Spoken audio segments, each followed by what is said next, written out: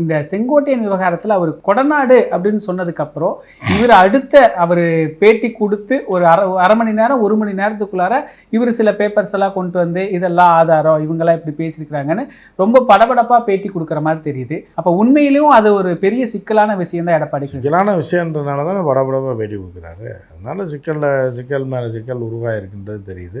இப்போ எடப்பாடியாருக்கு டார்கெட் போட்டாங்க. நீ நேரத்தில் 1 வருஷத்துக்கு முன்னாடியே போட்டாங்க. எப்போ பாஜகவை ஏமாற்றிட்டு எடப்பாடியார் ஓடி வந்தாரோ, தென் மாநில பொறுப்பாளர்னு அவங்க நியமித்து கையெல்லாம் தூக்குனார் மோடிஜி. வந்த சூடு தாங்க முடியாமல் அப்படியே பிஜேபி காலவாரி விட்டார். அன்றைக்கி அவங்க நம்பகத்தன்மை இல்லாத ஆள் எடப்பாடியார் அப்படின்னு முடிவு பண்ணிட்டாங்க. அதனால் அது வன்மம் வச்சு எடப்பாடியார் தூக்கிடணும், ரெட்டலையை பிடிங்கிட்டு துரத்தி விட்டணுன்ற அவர்கள் செயல்பாடை செயல்படுத்தாமல் விடவே மாட்டாங்க. எலெக்ஷனுக்கு முன்னாடியே எடப்பாடியாரை தூக்கிடுவாங்க, அரசியல் அனாதை ஆக்கிடுவாங்க. இப்போயே எடப்பாடியார் அரசியல் அனாதை தான். ஆனால் என்னென்னா அனாதை ஆசிரமத்தில் இருக்காருன்றதுனால விட்டுப்பேன். இப்போ அந்த ஆசிரமத்திலேருந்து துரத்தப்படுவார்.